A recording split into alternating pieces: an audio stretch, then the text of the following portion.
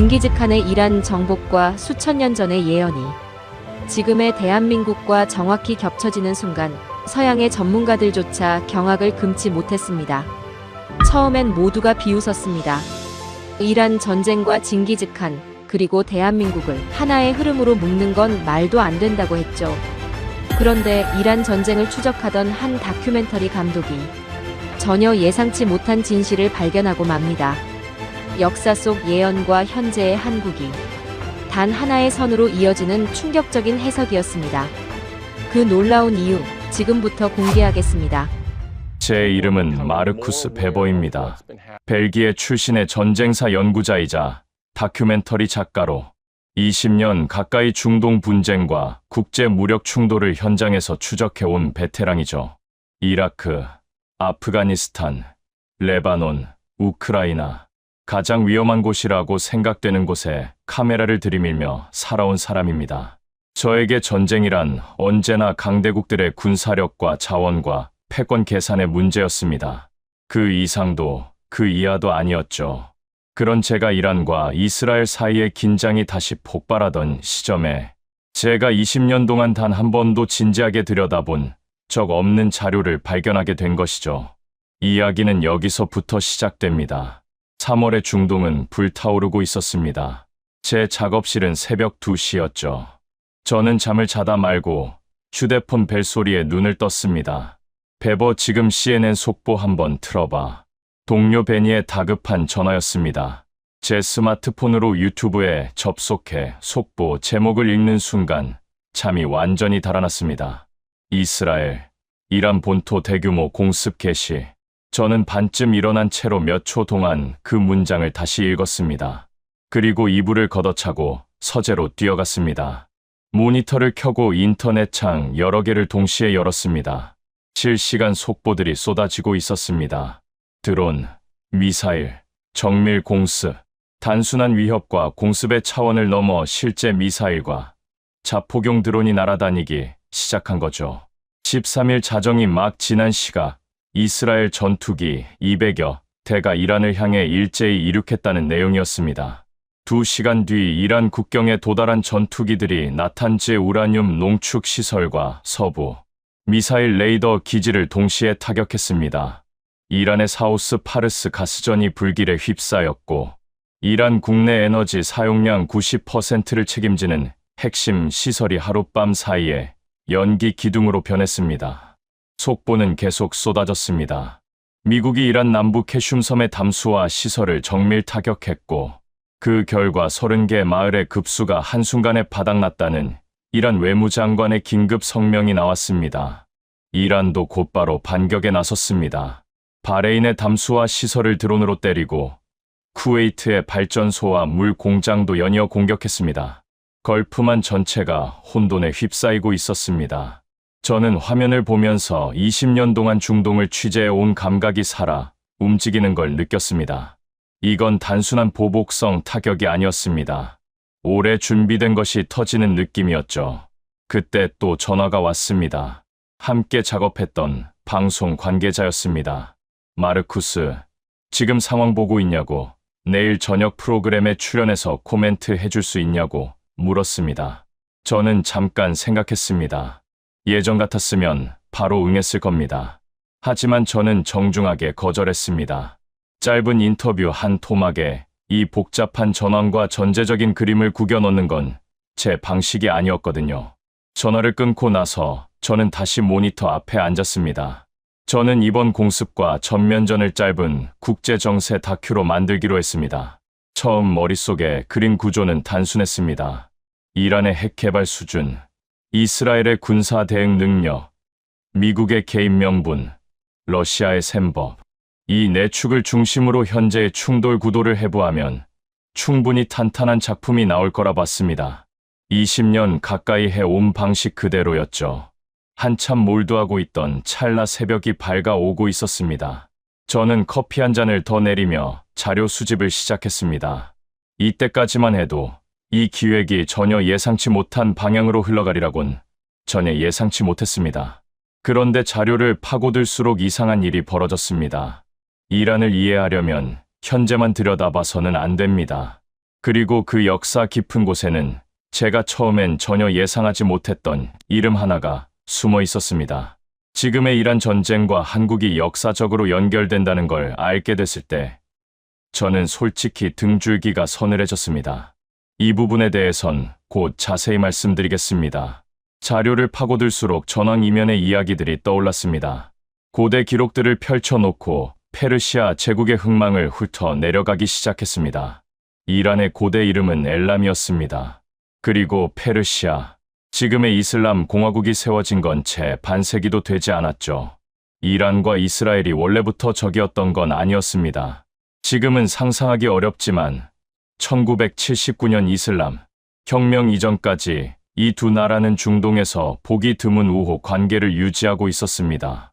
이란의 팔라비 왕정은 이스라엘의 독립을 인정한 몇 안 되는 이슬람 국가 중 하나였고, 이스라엘을 통과하는 파이프라를 통해 유럽으로 석유를 수출하기까지 했습니다.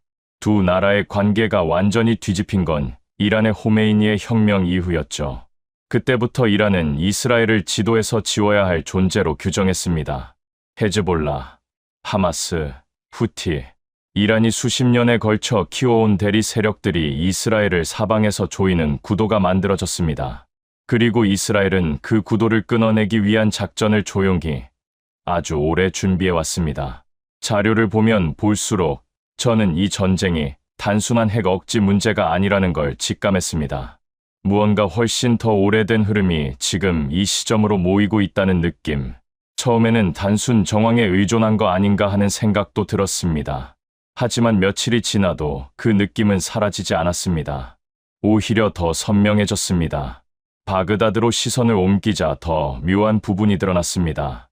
1258년 몽골 제국 징기즈 칸의 손자 홀라구 칸의 군대가 서남아시아 방면으로 원정을 떠나 오늘날의 이란, 이라크 지역을 정복하여 바그다드를 함락시킨 해입니다.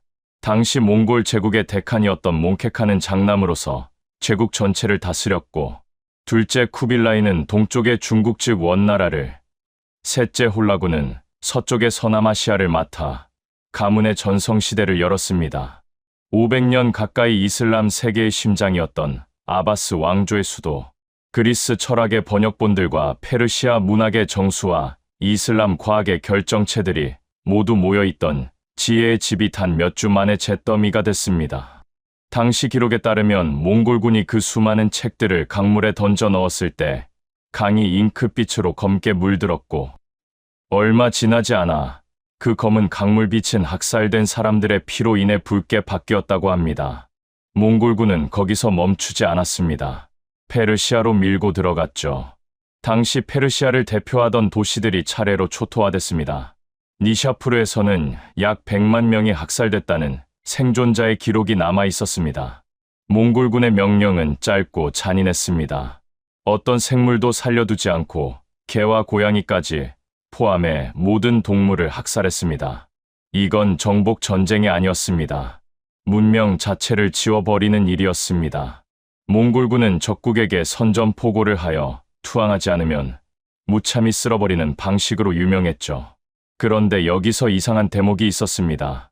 몽골군은 시리아를 거쳐 갈릴리 북부까지 밀고 들어갔다가 거기서 멈췄습니다. 이스라엘 땅 바로 코앞까지 와서 멈춘 것이죠. 공식적으로는 이집트 맘루크 왕조가 아인잘루트 전투에서 막아냈다는 기록이 있습니다. 하지만 저는 그 설명만으로 채워지지 않는 무언가가 있다는 느낌을 지울 수가 없었습니다. 그토록 강력했던 군대가 왜 하필 그 지점에서 멈췄는가? 저는 키보드 위에 손을 얹고 다른 방향으로 검색을 시작했습니다. 징기스칸과 몽골 제국, 그리고 기독교, 이 세 단어를 한꺼번에 넣고 엔터를 눌렀습니다. 화면에 쏟아지는 결과물들을 훑어 내려가다 손이 멈췄습니다. 모니터 화면을 훑어 내려가다 문득 손이 멈췄습니다. 당시 몽골 군대의 10에서 15%가 기독교 신앙을 가진 병사들이었다는 기록이었습니다. 푸른 초원을 누비던 몽골 기병의 상당수가 십자가를 품고 전쟁터를 누볐다니, 저는 새로운 정보들로 인해 밤을 꼬박 새웠습니다. 브뤼셀의 아침이 밝아올 무렵 저는 여전히 서재 책상 앞에 앉아 있었습니다. 식어버린 커피잔이 3개째였습니다. 화면 위에는 수십 개의 탭이 열려 있었고 프린트한 자료들이 바닥까지 흘러내려 있었습니다. 이란의 역사를 뒤지다가 자연스럽게 바그다드로, 바그다드에서 몽골로, 몽골에서 기독교로 흘러들어간 밤이었습니다. 몽골과 기독교의 연결은 사실 전혀 낯선 이야기가 아니었습니다. 세계사를 전공한 사람이라면 네스토리우스파 기독교가 오래전부터 중앙아시아 일대에 퍼져 있었다는 사실 정도는 알고 있습니다. 저도 대학원 시절에 그 이름을 몇 번 스쳐 지나간 기억이 있었습니다. 하지만 그걸 안다는 것과 그 연결이 실제로 어떤 의미를 가지는지를 안다는 건 전혀 다른 이야기였습니다. 저는 그동안 그냥 알고만 있었을 뿐, 한 번도 진지하게 들여다본 적이 없었습니다. 지식이 있어도 들여다보지 않으면 아무 의미가 없는 것처럼 그 이름은 제 머릿속 어딘가에 먼지를 뒤집어 쓴 채 방치되어 있었던 셈이었죠. 징기즈칸의 손자 홀라구 칸, 바그다드를 함락시킨 그 인물의 이름을 검색하다가 아내의 이름이 눈에 들어왔습니다. 도쿠즈 하툰, 바로 그의 아내였습니다. 저는 이 이름을 확인하는 순간 손가락이 멈췄습니다. 도쿠즈 하툰은 독실한 기독교 신자였습니다. 단순한 신앙 수준이 아니라 몽골 원정대 안에 이동식 예배, 천막을 갖추고 다닐 만큼 헌신적인 신자였다는 기록이 있었습니다. 그리고 홀라구 칸이 바그다드를 함락시킨 뒤 이슬람 사원은 잿더미로 만들면서도 기독교 교회는 단 한 곳도 건드리지 않은 데는 도쿠즈 하툰의 직접적인 영향이 있었다는 기록도 남아 있었습니다. 그런데 자료를 더 파고들다가 예상하지 못한 대목이 나왔습니다. 몽골 군대의 강력함을 설명하는 자료들을 뒤지던 중이었습니다. 몽골 기병의 가장 큰 강점은 말 위에서 뒤를 돌아보며 활을 쏘는 기술이었습니다. 전진하면서도, 후퇴하면서도, 말을 달리면서도 정확하게 활을 날리는 그 기술. 중세 유럽의 중기병들이 몽골, 기마대를 당해내지 못한 결정적 이유 중 하나였습니다. 저는 그 기술의 기원을 추적하다가 멈칫했습니다. 그 기술의 뿌리를 거슬러 올라가면 동이족이 나왔습니다. 동이, 동쪽에 활 쏘는 사람들이라는 뜻입니다. 고대부터 만주와 한반도 일대에 걸쳐 살았던 북방 민족들을 가리키는 이름이었습니다. 그리고 그 계통에서 고구려가 나왔습니다. 고구려 고분 벽화에는 말 위에서 뒤를 돌아 활을 쏘는 기마 궁술 장면이 선명하게 남아 있습니다. 그 벽화가 그려진 시기는 몽골이 세계 제국을 세우기 수백 년 전이었습니다. 고구려가 멸망한 건 668년이었습니다. 나라가 무너지면서 수많은 고구려 유민들이 만주 일대로 흩어졌습니다. 일부는 남쪽으로, 일부는 북쪽으로 간 사람들이 이후 몽골 초원의 여러 부족들과 섞이기 시작했다는 기록과 분석이 있었습니다. 몽골과 고구려 사이의 언어적 유사성, 풍습의 연결, 그리고 무엇보다 기마 궁술 전통의 계승, 학계에서 완전히 정리된 이야기는 아니었지만 여러 연구자들이 이 연결에 주목하고 있었습니다. 저는 그 자료들을 읽으면서 잠깐 의자에서 몸을 일으켰습니다. 이슬람 세계의 심장 바그다드를 무너뜨리고 이란을 초토화한 그 군대의 핵심 전술이 어쩌면 수백 년 전 동쪽 끝 반도에서 살다가 나라를 잃고 북쪽으로 흩어진 사람들의 기술에서 비롯됐을 수 있다는 것. 저는 이 이야기가 얼마나 오래된 자리에서 시작하는지를 다시 실감했습니다. 단순한 역사적 우연이 아니었습니다. 해석에 따라서는 한국인과 같은 뿌리에서 갈라져 나온 민족의 후손들이 이란을 정복했다고도 읽힐 수 있는 이야기였습니다. 저는 그 가능성 앞에서 참으로 놀랍다는 말 외에 달리 표현할 방법을 찾지 못했습니다. 자료를 더 파고들었습니다. 몽골 군대 안의 기독교인 비율은 생각보다 훨씬 높았습니다. 전체 병력의 10%에서 15%. 이 수치를 처음 봤을 때 저는 잠깐 멈추고 계산해봤습니다. 당시 몽골 군대의 규모를 감안하면 수만 명에 달하는 숫자였습니다. 징기스칸이 몽골을 통일하기 훨씬 전 7세기 무렵부터 중앙아시아를 통해 네스토리우스파 기독교가 이미 몽골 초원 깊숙이 들어와 있었다는 게 자료들이 공통으로 가리키는 방향이었습니다. 몽골의 주요 부족 중 케레이트 부족은 상당수가 기독교를 믿고 있었고 징기스칸의 어머니 쪽 혈통도 이 계통과 연결된다는 분석이 있었습니다. 하지만 그 뒤를 잇는 한 줄의 기록에서 나는 다시 한번 숨을 골라야 했습니다. 이 매혹적인 기록을 따라 더 깊은 자료들을 파헤쳐 보았습니다. 홀라구칸의 이란, 이라크 등의 서남 사이와 원정 때와는 다르게 몽골군이 헝가리와 폴란드를 침공했을 때 기록을 대조해 보니 현실은 훨씬 참혹했습니다. 1241년 유럽 원정 당시 징기즈칸의 장남인 바투 칸과 전설적인 장군 수부타이의 원정대는 몽골군은 저항하는 도시라면 그곳이 교회이든 성당이든 가리지 않고 불태웠습니다. 헝가리의 도시와 폴란드의 도시들에서 수많은 기독교인이 교회 안으로 피신했지만 몽골군의 칼날은 종교를 묻지 않았습니다. 같은 징기즈칸의 후예였지만 유럽 원정대들에게 중요한 것은 어떤 신을 믿느냐가 아니라 대칸에게 무릎을 꿇었느냐였습니다. 검색창을 닫으며 생각했습니다. 같은 징기즈칸의 후예였지만 유럽 기독교인들에게 장남인 바투는 지옥에서 온 악마였고 중동의 기독교인들에게 홀라구는 이슬람의 압제에서 우리를 구해준 구원자로 보였을 테니까요. 전쟁사 연구자로서 저는 군대의 구성이 전쟁의 성격을 결정한다는 걸 잘 알고 있었습니다. 어떤 신앙을 가진 사람들이 그 군대 안에 있었는가는 결코 사소한 정보가 아니었습니다. 그리고 징기스칸 자신의 발언이 눈에 들어왔습니다. 전쟁터에서 징기스칸이 정복한 도시의 주민들에게 남긴 말이라고 기록된 문장이었습니다. 신이 나를 통해서 너희를 채찍하는 것 같다. 저는 그 문장을 몇 번이고 곱씹어봤습니다. 정복자 스스로 자신을 어떤 더 큰 힘의 도구로 인식하고 있었다는 것이죠. 세계 역사상 가장 광대한 제국을 세운 인물이 스스로를 도구라고 표현했다는 것. 그것이 전략적 발언이든 진심이든 간에 그 문장은 오랫동안 머릿속에 남았습니다. 저는 이 발언을 읽으면서 오래전에 읽었던 구약의 한 구절이 불현듯 떠올랐습니다. 이사야 10장 5절. 아수르는 내 진노의 막대기라.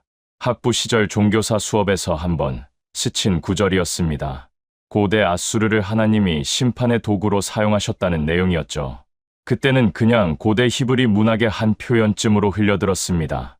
하지만 지금 징기스칸의 발언과 나란히 놓고 보니 수천 년의 간격을 두고 너무 비슷한 구도가 반복되고 있었습니다. 막대기를 쥔 손이 달랐을 뿐 그 구도의 형태가 너무 닮아 있었습니다. 진노의 막대기. 전쟁사 연구자로서 저는 이런 표현을 학문의 언어로 수용하지 않습니다. 검증할 수 없는 것은 논거가 되지 않는다는 원칙. 20년 동안 단 한 번도 흔들린 적 없는 원칙이었습니다. 하지만 그날 밤은 달랐습니다. 이 장면이 품고 있는 구조적 유사성은 무시하기 어려웠습니다. 이슬람 세계의 심장 바그다드가 무너지고 페르시아가 초토화되던 그 전쟁에서 교회는 살아남고 이슬람 사원은 무너졌습니다. 그리고 그 군대 안에 기독교인들이 있었습니다. 이 구도를 우연이라고 설명하려면 꽤 많은 우연이 동시에 필요했습니다. 저는 의자를 돌려 책장을 바라봤습니다. 20년 동안 쌓아온 자료들이 빼곡히 꽂혀 있었습니다. 아프가니스탄, 이라크, 시리아, 이란. 그 자료들을 뒤지며 저는 언제나 같은 결론으로 돌아왔습니다. 전쟁은 힘의 충돌이다. 자원과 이익과 패권의 문제다. 하지만 그날 밤, 그 결론이 처음으로 완전하지 않다는 느낌이 들었습니다. 이슬람 팽창의 흐름을 다시 추적했습니다. 몽골의 침공이 있기 전까지 이슬람은 동쪽으로 계속 팽창하고 있었습니다. 인도 북부는 이미 이슬람화가 상당 부분 진행된 상태였고 중앙아시아를 통해 중국 서쪽까지 이슬람의 영향력이 뻗어나가고 있었습니다. 말레이시아와 인도네시아 쪽으로도 이슬람은 조금씩 파고들고 있었습니다. 저는 지도를 펼쳐놓고 그 팽창의 방향을 손가락으로 따라가 봤습니다. 선이 자연스럽게 동쪽으로, 더 동쪽으로 이어졌습니다. 그 흐름이 계속됐다면 중국 본토, 그리고 그 너머 동북아시아 전체까지 이슬람이 들어오는 건 시간 문제였을 겁니다. 한반도까지도. 그런데 몽골이 그 흐름을 끊었습니다. 바그다드를 함락하고 페르시아를 초토화하면서 이슬람 팽창의 엔진 자체가 꺼져버린 겁니다. 결과적으로 인도, 중국, 한국, 일본으로 이어지는 동아시아 전체가 이슬람화의 물결을 비껴갔습니다. 말레이시아까지는 이슬람이 들어갔지만 동북아시아는 끝내 다른 길을 걸었습니다. 저는 그 사실을 알고 있었지만 그날 밤처럼 그 의미를 진지하게 생각해 본 적은 없었습니다. 저는 의자에 등을 기댔습니다. 창밖으로 햇살이 쏟아졌고 완전한 아침이었습니다.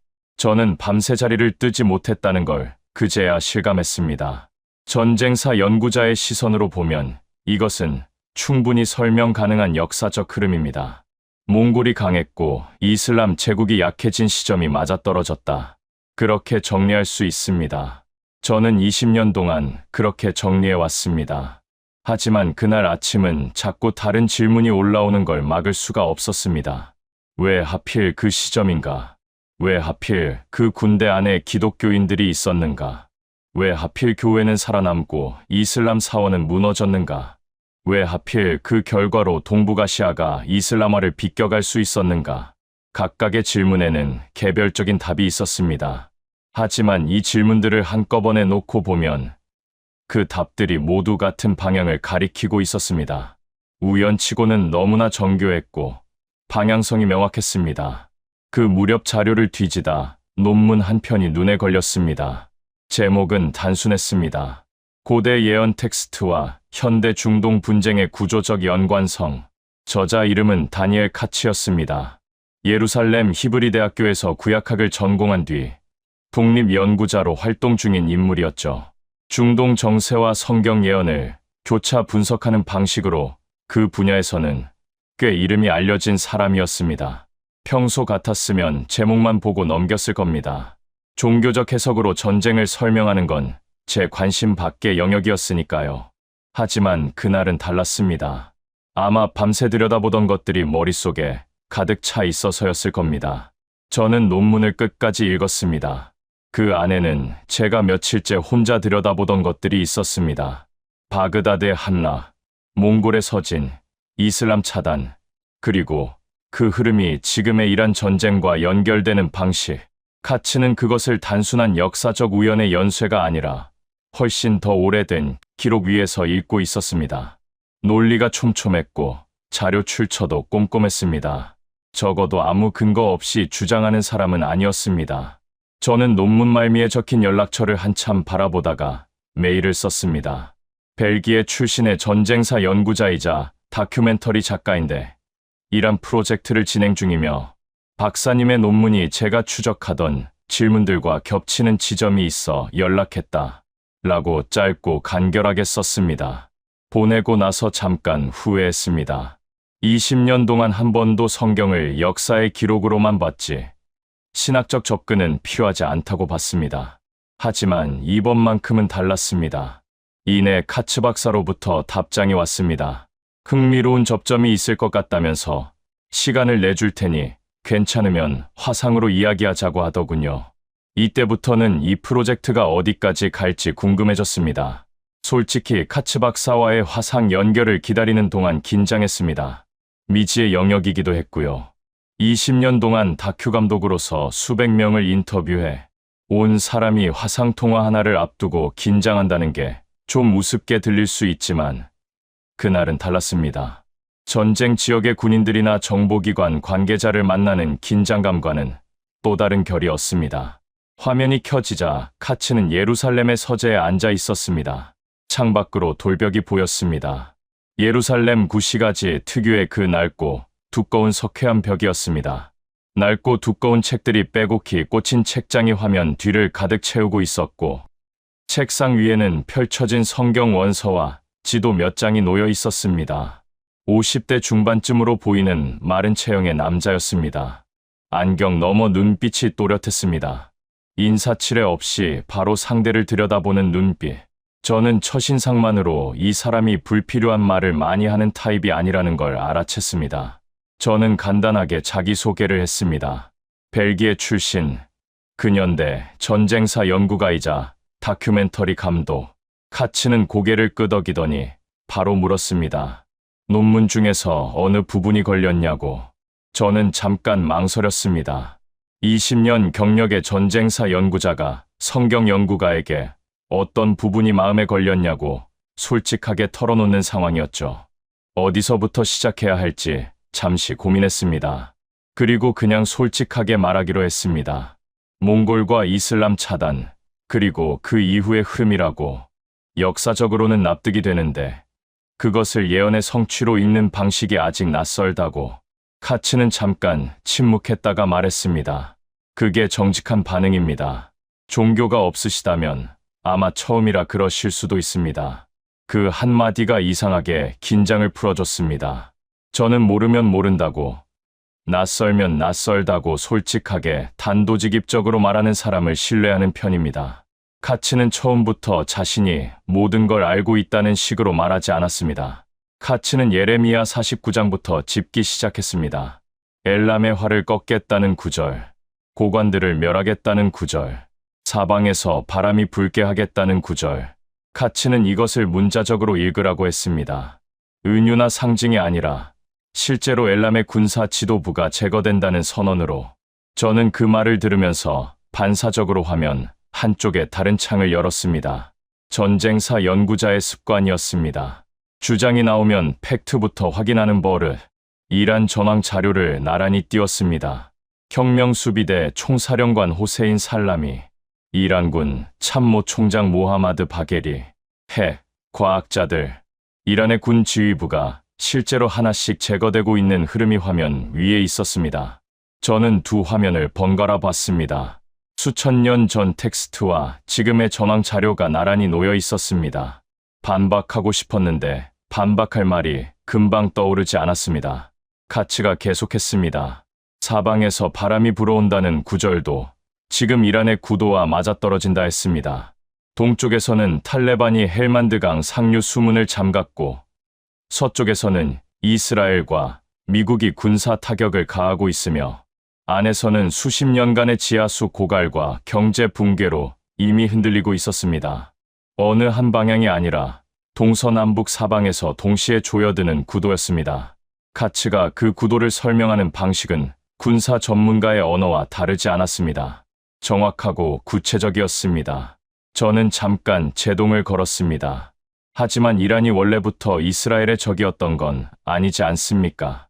카츠는 맞다고 했습니다. 아시다시피 이란의 팔라비 왕정 시절 1979년 이슬람 혁명 이전까지 이란과 이스라엘은 중동에서 보기 드문 우호 관계를 유지하고 있었다고. 이란이 이스라엘의 독립을 인정한 몇 안 되는 이슬람 국가 중 하나였고 이스라엘을 통과하는 파이프라인으로 유럽에 석유를 수출하기까지 했다는 사실. 그 관계가 완전히 뒤집힌 건 호메이니의 혁명 이후였습니다. 그때부터 이란은 이스라엘을 지도에서 지워야 할 존재로 규정했습니다. 저는 고개를 끄덕였습니다. 그 부분은 알고 있었습니다. 1979년을 기점으로 중동의 지형 자체가 바뀌었다는 건 전쟁사 연구자로서 제가 익히 알고 있는 사실이었습니다. 카츠는 계속했습니다. 하지만 예레미야 49장은 이란의 현재 정권과 관계없이 엘람, 즉 이 땅의 운명에 대해 말하고 있다고. 심판이 있고 회복이 있다고. 지금의 전쟁은 그 심판의 흐름 위에 있다고. 그 말을 듣는 순간 저는 이상한 감각을 느꼈습니다. 반박하려던 말이 혀끝에서 멈췄습니다. 심판과 회복이라는 언어가 학문 밖의 언어라는 건 알고 있었습니다. 하지만 지금 제 눈앞에 펼쳐진 이란의 현실, 사방에서 동시에 조여드는 그 구도를 이보다 더 정확하게 묘사하는 언어를 저는 당장 떠올릴 수 없었습니다. 저는 창밖을 잠깐 바라봤다가 다시 화면으로 시선을 돌렸습니다. 그리고 카츠에게 다시 한번 물었습니다. 그렇다면 이 전쟁으로 이란이 완전히 끝나는 건가고? 다큐멘터리의 결말을 어떻게 써야 할지 생각하면서 나온 질문이기도 했습니다. 카츠는 고개를 저었습니다. 천천히, 그리고 분명하게. 지금 전쟁으로 이란이 완전히 끝나지는 않는다고. 더 결정적인 순간이 남아있다고. 그리고 그 순간에 대한 기록도 이미 어딘가에 적혀 있다고 했습니다. 저는 메모를 하려다 손을 멈췄습니다. 그냥 듣는 편이 나을 것 같았습니다. 저는 더 궁금해져 다음 말을 기다렸습니다. 에스겔 38장이라고 카츠가 말했습니다. 그리고 안경을 고쳐 쓰며 책장에서 책 한 권을 꺼내 펼치더니 한 줄씩 짚어 나갔습니다. 한 방패와 투구를 갖춘 바사, 구스, 붓, 고멜, 도갈마 족속, 북쪽 끝에서 연합한 세력들이 이스라엘로 쳐들어온다는 내용이었습니다. 카츠는 이 이름들을 하나씩 현재의 나라 이름으로 대입했습니다. 바사는 페르시아, 곧 지금의 이란, 도갈마 족속은 터키, 마곡 땅 곡, 로스, 메세, 두발은 러시아를 가리킨다고 했습니다. 로스케라는 표현 자체가 러시아를 뜻하고 메색은 모스크바, 두발은 토볼스크 일대를 지칭한다는 것이었습니다. 저는 화면을 보면서 잠시 말을 잃었습니다. 카츠의 설명을 들으면서 저는 머릿속으로 지도를 그리고 있었습니다. 20년 동안 현장을 누비며 몸에 익힌 지정학적 직감이 자동으로 작동했습니다. 러시아, 이란, 터키, 예멘의 후티 세력이 연합해 이스라엘을 향해 올라온다는 그림. 지금의 지정학적 구도를 놓고 봤을 때 이 연합이 전혀 상상 밖의 시나리오가 아니라는 게 문제였습니다. 러시아는 이미 이란에 군사 장비를 공급하고 있었고 양국의 군사 협력은 우크라이나 전쟁 이후 더욱 긴밀해진 상태였습니다.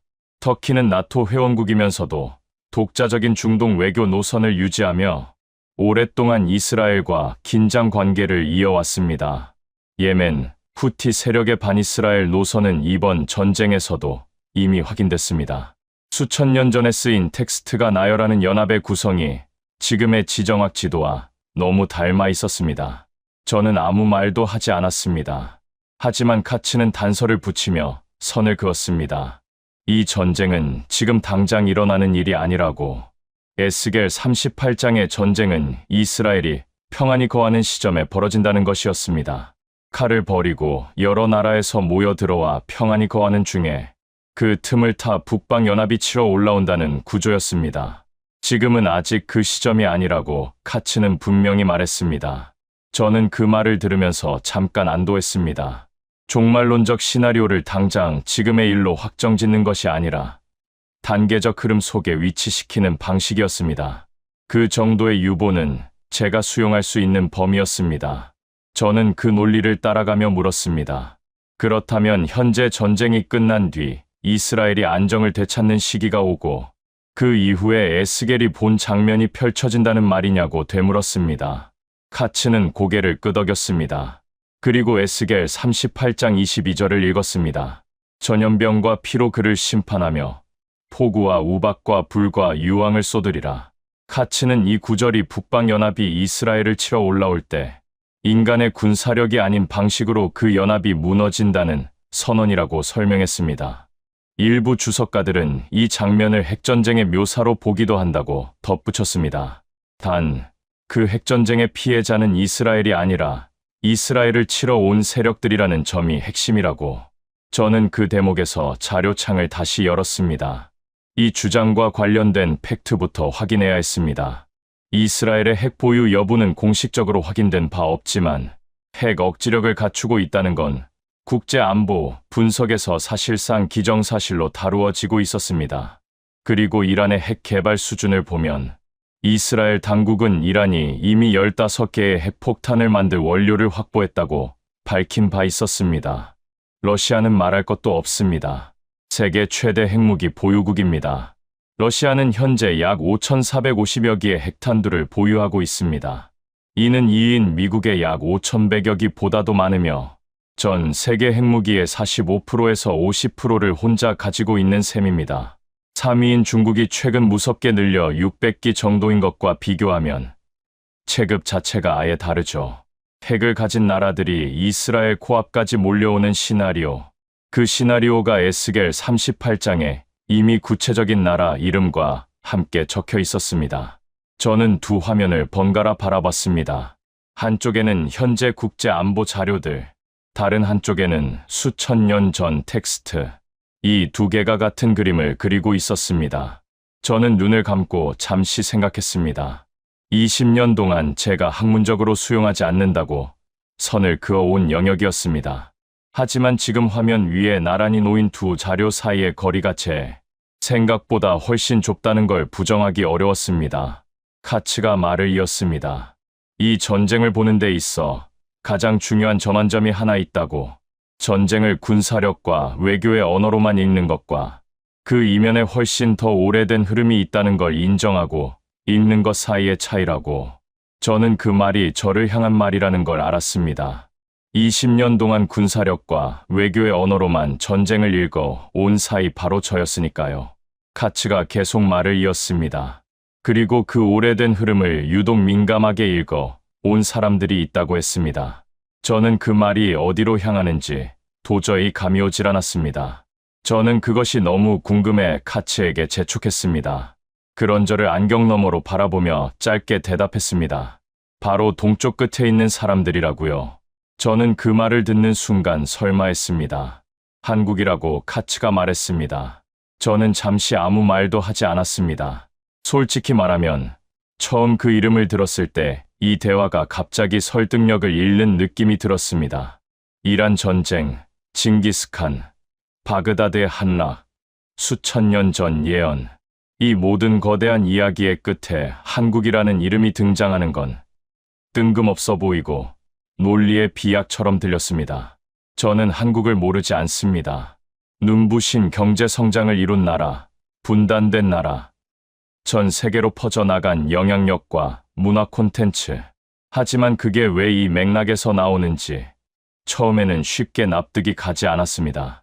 카츠는 제 표정을 읽었는지 서두르지 않았습니다. 유라시아 대륙을 펼쳐놓고 보라고 했습니다. 한국은 대륙의 동쪽 끄트머리에 있는 나라라고. 지정학적으로는 늘 강대국 틈바구니에서 생존을 도모해야 했던 나라. 중국과 러시아와 일본 사이에 끼어있는 작은 반도. 저는 그 묘사를 들으면서 지정학적 불운이라는 단어를 떠올렸습니다. 전쟁사 연구자로서 저는 그 위치를 늘 그런 시각으로 읽어왔습니다. 약소국의 지리적 비극. 하지만 카츠는 그 위치를 전혀 다른 시각으로 읽었습니다. 사도행전 17장 26절을 근거로 설명을 시작했습니다. 인류의 모든 족속을 한 혈통으로 만드사 온 땅에 살게 하셨고 그들의 연대를 정하셨고 거주의 경계를 한정하셨다. 민족의 위치와 존재 시기 자체가 설계 안에 있다는 해석이었습니다. 저는 그 구절을 들으면서 학문적으로 검증할 수 없는 전제라는 생각을 했습니다. 하지만 동시에 카츠가 그 위에 올려놓는 논리와 해석을 끊을 수가 없었습니다. 카츠는 한국의 역사를 그 위에 올려놓았습니다. 고조선부터 만주와 동북아 영토의 광대한 영토를 아우르던 영역이 역사가 흐르면서 점점 줄어들어 결국 한반도 끝으로 수렴됐다고. 일반적으로는 그것을 국력의 쇠퇴나 외세의 압박으로 설명합니다. 저도 그렇게 알고 있었습니다. 하지만 카츠는 이것을 쇠락으로 보지 않았습니다. 만주 벌판을 지배하는 나라는 동쪽 끝의 나라가 아니라고. 가장 먼 동쪽으로 밀려나야만 진짜 동쪽 끝의 나라가 될 수 있다는 것이었습니다. 영토의 축소가 목적지로 가는 과정이었다는 해석. 저는 그 논리를 듣는 순간 이상하게 반박이 잘 안 됐습니다. 틀렸다는 말이 아니라 같은 사실을 완전히 다른 방향에서 읽을 수 있다는 걸 처음으로 실감했습니다. 성경의 기록대로 마지막 때에 동쪽 끝 한 나라가 특별한 역할을 감당해야 한다면 그 나라가 진짜 동쪽 끝이 되기 위해 영토가 축소되는 과정 자체가 필요했을 수 있다는 논리였습니다. 고조선과 고구려 시절 만주와 중국 대륙까지 뻗어있던 광대한 영역이 수천 년에 걸쳐 자연스럽게 한반도 끝으로 수렴된 것, 그리고 일제강점기와 6.25 전쟁을 겪으며 완전한 폐허가 됐다가 불과 반세기 만에 기적처럼 선진국으로 일어선 것, 이 모든 흐름이 우연의 나열이 아니라 하나의 방향을 향해 움직여 온 것이고 모든 예언들이 신기하게 맞아 떨어져 가는 순간 퍼즐이 정리되는 듯 했습니다. 카츠는 복음의 흐름으로 넘어갔습니다. 이스라엘에서 시작된 복음이 유럽으로 건너갔고 유럽에서 신학이 정립됐으며 미국을 통해 전 세계로 선교가 확산됐다고. 그리고 가장 늦게 복음화된 동아시아에서 가장 강력한 선교의 동력을 가진 나라가 나타났다고. 후발주자이만 가장 강력한 주자. 카츠는 그 자리에 한국이 있다고 했습니다. 저는 그 말을 듣는 순간 연구자의 본능이 발동했습니다. 주장이 나오면 수치로 확인해야 합니다.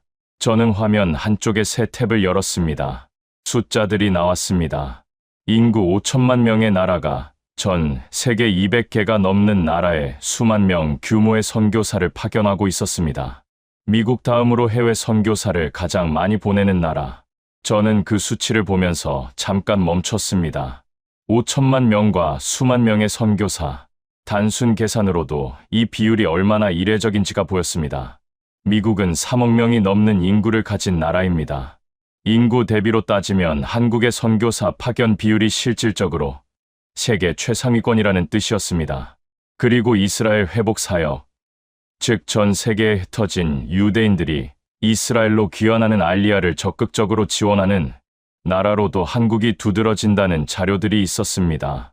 석유 한 방울 나지 않는 나라, 분단된 나라, 강대국 틈바구니에서 늘 생존을 도모해야 했던 나라가 이런 수치를 갖고 있었습니다.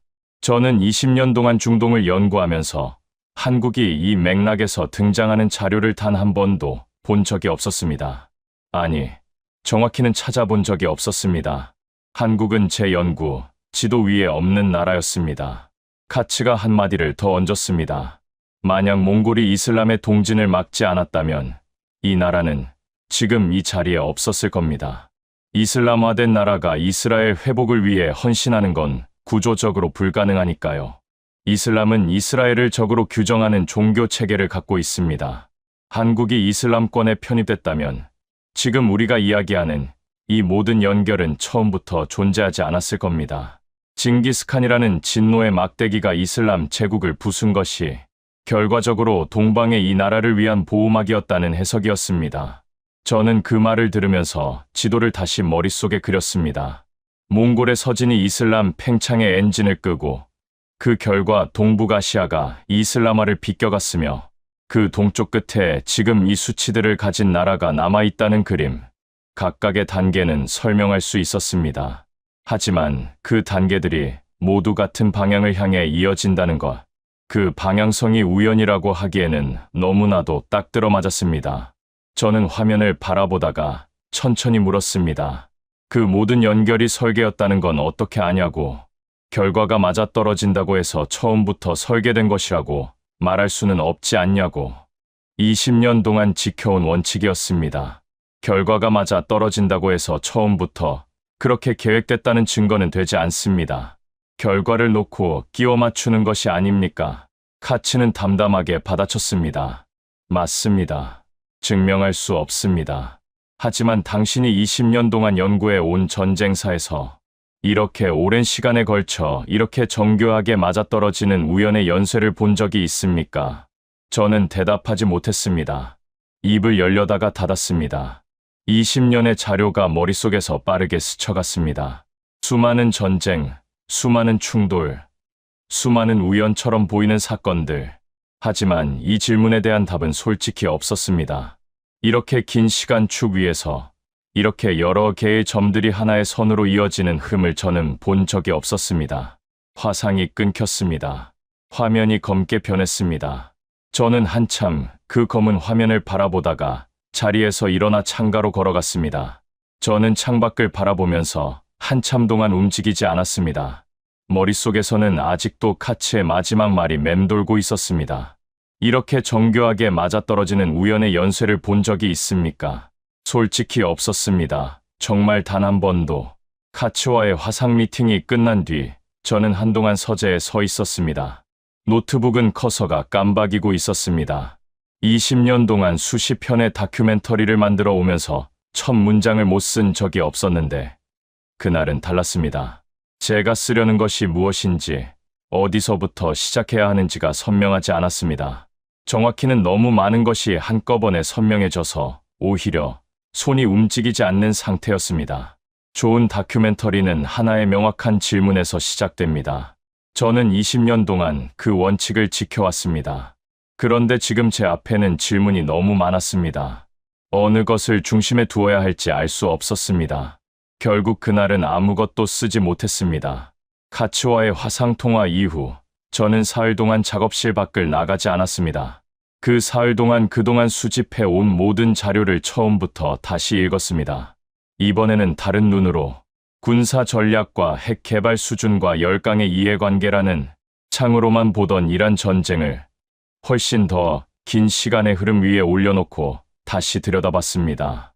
고대 엘람에서 페르시아로, 페르시아에서 아바스 왕조로, 1258년 몽골의 바그다드 함락으로 그 초토화가 이슬람 팽창의 동진을 막았고 그 결과 동북아시아가 이슬람화를 비껴갔으며 그 동쪽 끝에 한국이라는 나라가 남았습니다.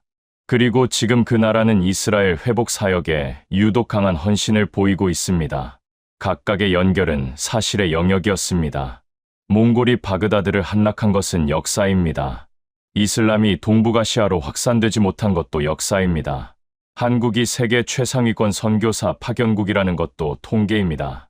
하지만 이 사실들을 하나의 선 위에 올려놓는 순간 그것은 역사의 언어를 넘어서기 시작했습니다. 수천 년에 걸친 하나의 선이 보였습니다. 머릿속으로 생각을 정리하면서 노트북을 열며 제가 기획한 초안을 빠르게 적어 내려갔습니다. 20년 동안 저는 전쟁이 있는 곳으로 갔습니다.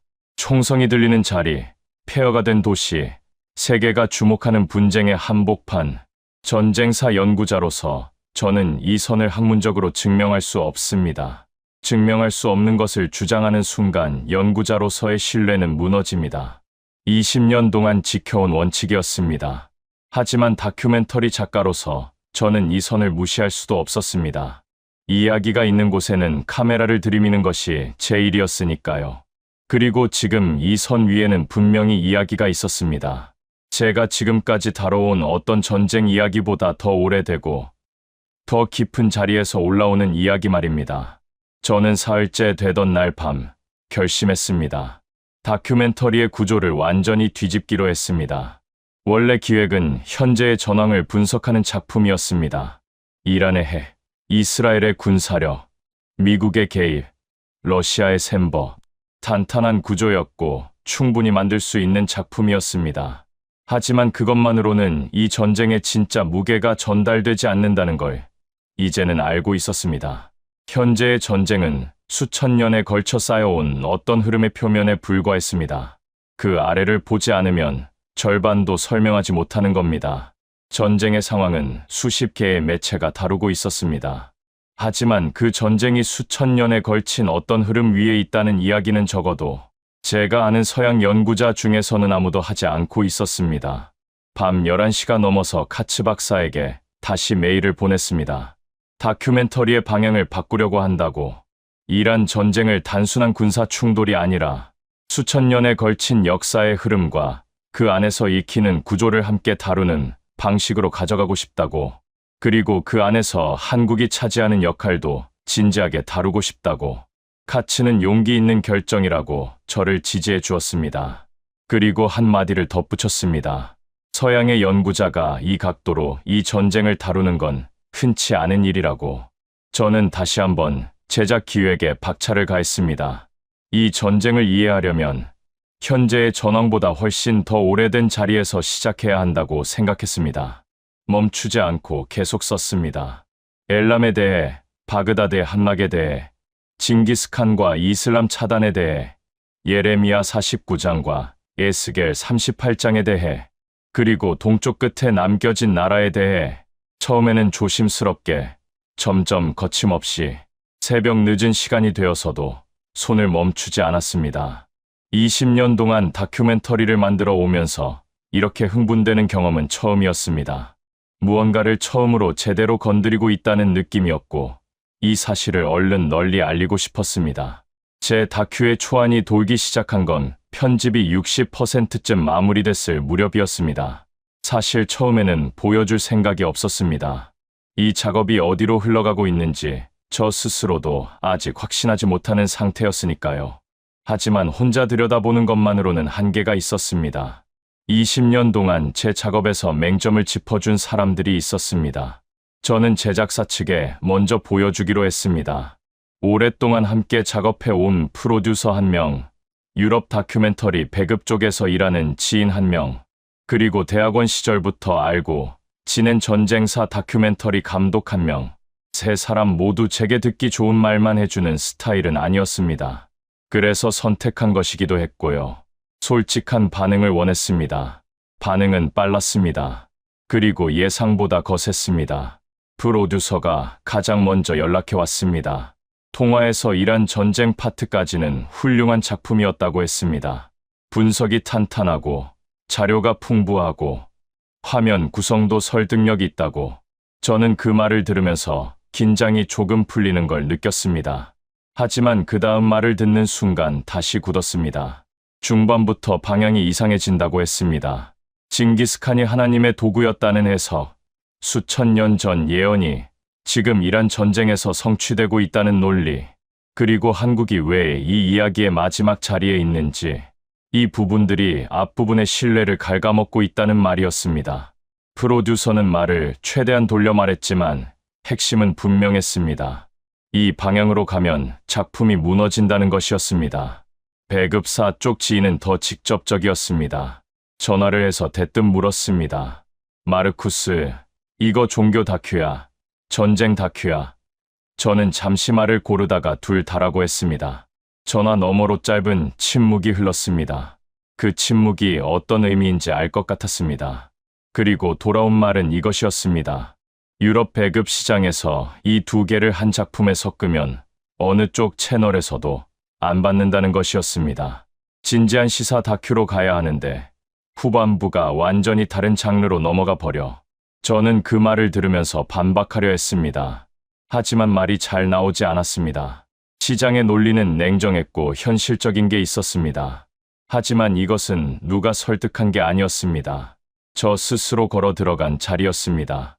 하지만 그 메일을 읽는 순간 20년 동안 쌓아온 제 커리어가 한꺼번에 눈앞에 아른거렸습니다. 아프가니스탄의 폐허, 이라크 재건 현장, 시리아 난민 캠프, 그 자리들을 버티며 만들어낸 작품들, 인터뷰들, 현장들, 그리고 그 시간들이 쌓아 올린 신뢰들, 그게 한순간에 흔들릴 수 있다는 걸 처음으로 실감했습니다. 그 생각이 머릿속을 맴도는 동안 손이 자연스럽게 키보드 위로 갔습니다. 편집 파일이 아니라 검색창이었습니다. 저도 모르게 한국을 치고 있었습니다. 지금 이 작품을 살릴 것인지 접을 것인지를 고민하는 순간에 다시 한번 한국에 대해 알아보기로 했습니다. 그런데 자료를 들여다볼수록 손이 멈추는 순간들이 왔습니다. 1953년 6.25 전쟁이 끝난 해입니다. 당시 한국의 1인당 국민소득은 필리핀, 가나보다도 낮았습니다. 국토는 전쟁으로 초토화됐고 산업 기반은 사실상 전무했습니다. 당시 세계은행 보고서에는 한국의 경제 발전 가능성에 대해 극도로 비관적인 전망이 담겨 있었습니다. 일부 전문가들은 이 나라가 자립하는 데만 수십 년이 걸릴 것이라고 했습니다. 저는 전후 국가 재건 사례를 많이 연구해 왔습니다. 하지만 그런 전망을 받은 나라가 어떻게 됐는지도 많이 봤습니다. 대부분 그 전망이 크게 틀리지 않았습니다. 그런데 반세기가 지난 지금 한국은 세계 10위권의 경제 대국입니다. 저는 그 숫자를 보면서 잠시 멈췄습니다. 전쟁사 연구자로서 저는 전후 국가 재건 사례를 많이 다뤄왔습니다. 독일의 재건, 일본의 경제 부흥. 하지만 그 나라들은 전쟁 이전에 이미 산업 기반이 있었습니다. 무너진 것을 다시 세운 것이었습니다. 한국은 달랐습니다. 세울 것 자체가 없는 자리에서 시작했습니다. 그런데 그 자리에서 이 속도로 올라선 나라를 저는 찾을 수 없었습니다. 그리고 방산 수출 자료가 나왔습니다. 폴란드가 한국산 자주포 천문학적 물량을 계약했습니다. 호주가 한국 방산 기업과 수십억 달러 규모의 협력을 체결했습니다. 루마니아, 노르웨이, 중동 국가들까지 불과 몇 년 사이에 한국은 세계 방산 시장의 주요 플레이어로 떠올랐습니다. 전쟁의 폐허 위에서 시작한 나라가 이제 다른 나라의 전쟁을 대비해주는 나라가 됐습니다. 저는 전쟁과 방산을 평생 연구해 온 사람입니다. 이 수치가 얼마나 이례적인 것인지를 누구보다 잘 알고 있었습니다. 저는 화면을 바라보다가 손을 멈췄습니다. 카츠와의 대화에서 나왔던 흐름이 다시 떠올랐습니다. 몽골이 이슬람의 동진을 막았고 그 결과 동쪽 끝에 이 나라가 이슬람화를 비껴간 채 남았습니다. 그리고 그 나라는 세계 최빈국의 폐허에서 반세기 만에 경제 대국이 됐습니다. 세계에서 손꼽히는 규모로 선교사를 파견하고 이스라엘 회복 사역에 헌신하며 이제는 방산대국으로 세계가 주목하는 나라가 됐습니다. 이 흐름의 각 단계를 개별적으로 설명하는 건 어렵지 않습니다. 하지만 이 단계들이 모두 같은 방향을 향해 이어진다는 것, 그 방향성만큼은 설명하기가 어려웠습니다. 설계라고 말하면 증명할 수 없습니다. 하지만 우연이라고 말하기에는 이 흐름이 너무 방향성을 갖고 있었습니다. 성경이 예언한 대로 흘러가고 있는 것입니다. 저는 처음으로 서울행 비행기에 올랐습니다. 창밖으로 구름이 보이고 브리셀이 멀어지고 있었습니다. 저는 좌석에 등을 기대고 눈을 감았습니다. 20년 동안 저는 전쟁이 터진 곳으로 갔습니다. 총성이 들리는 곳, 폐허가 된 곳, 세계가 주목하는 분쟁의 한복판, 그게 제 일이었고 가장 위험한 곳의 이야기를 전한다고 자부해왔습니다. 하지만 이번은 달랐습니다. 지금 제가 향하는 곳은 전쟁터가 아닙니다. 그런데 이상하게도 이번 여정이 20년 중 가장 중요한 취재가 될 것 같다는 생각이 들었습니다. 이란 전쟁을 추적하다가 수천 년 전 예언과 마주쳤고 징기스칸의 서진이 이슬람의 동진을 막았다는 역사적 구조를 발견했으며 그 끝에서 한국이라는 나라를 전혀 다른 눈으로 보게 됐습니다. 그리고 한국이 보여주는 수치들과 데이터들이 증명하고 있었습니다. 이 나라가 지금 이 불안한 국제 정세 속에서 마지막 타임라인 위에서 어떤 역할을 하게 될지, 이것이 지금 제 안에서 가장 뜨거운 질문이었습니다. 성경은 이미 수천 년 전에 그 흐름을 기록해 놓고 있었습니다. 저는 그 기록을 믿는 사람이 아니었습니다. 지금도 모든 것을 확신하지는 못합니다. 하지만 전쟁사 연구자로서 20년 동안 갈고 닦은 직감이 말하고 있었습니다. 이 이야기는 아직 끝나지 않았다고, 오히려 이제 막 시작됐다고 말입니다. 오늘 이야기는 여기까지입니다. 거대한 세계사의 흐름을 따라가다 보면 그 끝에 보이는 나라가 바로 대한민국인데요. 성경의 예언이 성취되는 이 시대에 살아가는 게 정말 놀랍습니다. 수많은 위기 속에서도 무너지지 않고 끝내 지켜진 나라 대한민국. 저는 오늘 다시 한번 대한민국이 참 대단하다고 느꼈습니다. 영상이 좋으셨다면 구독과 좋아요도 부탁드립니다.